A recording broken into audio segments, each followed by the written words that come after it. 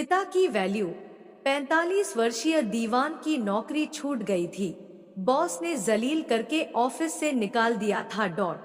पिछले 12 महीनों में तीसरी बार उसे नौकरी से निकाला गया था। रात हो चुकी थी। वह बाजार में पेड़ के नीचे रखी एक बेंच पर बैठा था। घर जाने का उसका जरा भी मन नहीं था। बेंच पर बैठा वह अपने दोस्तों को बार बार फोन मिला रहा था।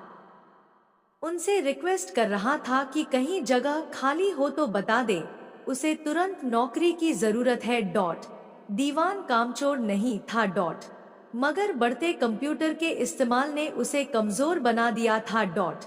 हालांकि उसने कंप्यूटर चलाना भी सीख लिया था, मगर नए लड़कों जितना कंप्यूटर उसे नहीं चलाना आता था।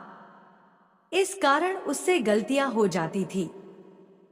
रात के 10 बजे वह हताश और निराश सा घर पहुंचा। अंदर प्रवेश करते ही बीवी चिल्लाई, कहाँ थे इतनी रात तक? किस औरत के साथ गुलछर्रे उड़ा रहे थे? तुमको शर्म भी नहीं आती क्या? घर में जवान बेटा और बेटी बैठे हैं। उनकी शादी की उम्र निकलती जा रही है। कब होश आएगा तुम्हें? अगर इनकी जिम्मेदारी नहीं निभानी थी तो पैदा ही क्यों किया था? दीवान कुछ भी नहीं बोला। पत्नी की रोज रोज की चिक चिक का उसने जवाब देना छोड़ दिया था। अभी वह बाहर रखी टंकी से लगे नल से हाथ मुंह धो रहा था कि बेटी दौड़ते उसके पास आई। आते ही बोली, पापा आप मेरे लिए मोबाइल लाए क्या? दीवान ने बेटी को भी कोई जवाब नहीं दिया। बेटी फिर से बोली, पापा आप जवाब क्यों नहीं देते? सुबह तो आप पक्का प्रॉमिस करके गए थे कि रात को लौटते समय मेरे लिए मोबाइल लेकर ही आएंगे। दीवान चुप ही रहा। वह जवाब देता तो क्या देता? बेटी के मोबाइल के लिए एडवांस मांगने पर ही बॉस ने उसे नौकरी से निकाल दिया था। बेटी अपने हाथ में पकड़े पुराने फोन को दिखाते हुए बोली, आपको क्या लगता है पापा, मैं झूठ बोल रही हूँ? देखो ये मोबाइल सचमुच खराब हो गया है। ऑन करते ही हैंग हो जाता है। दीवान चुप था। वह अपनी नौकरी जाने की खबर भी किसी को नहीं बताना चाहता था, क्योंकि वह जानता था अगर ये बात बताई तो बेटा, बेटी और पत्नी सभी उसके पीछे पड़ जाएंगे। उसे कोसने लगेंगे कि वह ढंग से काम नहीं करता। इसीलिए हर चौथे महीने नौकरी से निकाल दिया जाता है। हाथ मुंह धोने के बाद वह सीधा अपने कमरे में गया, जहां बेड पर पसरी पत्नी मोबाइल चला रही थी। जिसकी आंखें मोबाइल स्क्रीन पर थी और कान घर में हो रही बातों को सुन रहे थे। जो ही दीवान ने कमरे में कदम रखा वह चिल्लाई, जवाब क्यों नहीं देते? बहरे हो गए क्या? बेटी को मोबाइल क्यों नहीं लाकर दिया? वह दबी दबी आवाज में बोला, पैसे हाथ में नहीं आए, जब पैसे मिलेंगे तब ला दूंगा। पत्नी बोली, हाथ में नहीं थे तो किसी से उधार ले लेते। तुम जानते हो ना वह कंपटीशन की तैयारी कर रही है, बिना मोबाइल के कैसे पढ़ेगी? दीवान के पास जवाब देने को बहुत कुछ था, मगर अब उसने चुप रहना सीख लिया था। वह रसोई में चला आया। खुद ही थाली निकाली, फिर खाना खाने लगा। दीवान की बेटी 22 साल की हो चुकी थी। बेटा 24 साल का हो चुका था।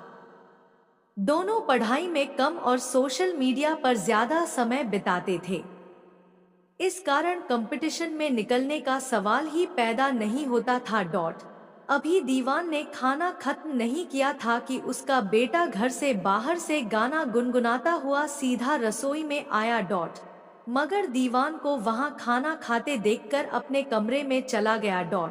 दीवान ने नोटिस किया कि उसके कदम बहक रहे थे। जरूर यार दोस्तों के साथ बैठकर पीकर आया था। शुरू में जब बेटा पीकर घर आता था तब दीवान उसे बहुत डांटा करता था। मगर एक दिन बेटा सामने बोल गया।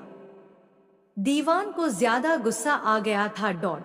इस कारण उसने बेटे को थप्पड़ लगाना चाहा। तब बेटे ने उसका हाथ पकड़ लिया था और गुस्से में उसे आंख दिखाने लगा था। उस दिन के बाद दीवान ने बेटे से कुछ भी कहना छोड़ दिया था। वह खाना खाकर वापस कमरे में आया तब पत्नी की किचपिच फिर से शुरू हो गई थी, मगर वह चुपचाप सो गया। सुबह जल्दी उठकर वह काम की तलाश में निकल गया। वह जानता था बिना काम किए सब कुछ बिखर जाएगा। घर खर्च चलाना था, बच्चों की पढ़ाई की जरूरतें पूरी करनी थी, उनकी शादी भी करनी थी। शाम तक वह भूखा प्यासा दफ्तरों के चक्कर लगाता रहा। खाना नहीं खाने से शरीर की शुगर लो हो गई थी। शरीर में सुन्नसी आई हुई थी। वह सोचते हुए चल रहा था। पता नहीं कब चलते चलते वह फुटपाथ से मुख्य सड़क पर आ गया। तेज दौड़ता हुआ ट्रोला उसके ऊपर से निकल गया। दीवान को तड़पने का मौका भी नहीं मिला। सड़क पर ही उसके प्राण पखेरु उड़ गए। दीवान के बेटे बेटी और पत्नी ने रोते बिलखते हुए उसका अंतिम संस्कार किया। उसके जाने के बाद घर का माहौल पूरी तरह बदल गया था। जिन लोगों से उधार पैसे ले रखे थे वे रोज घर का चक्कर लगाने लगे थे।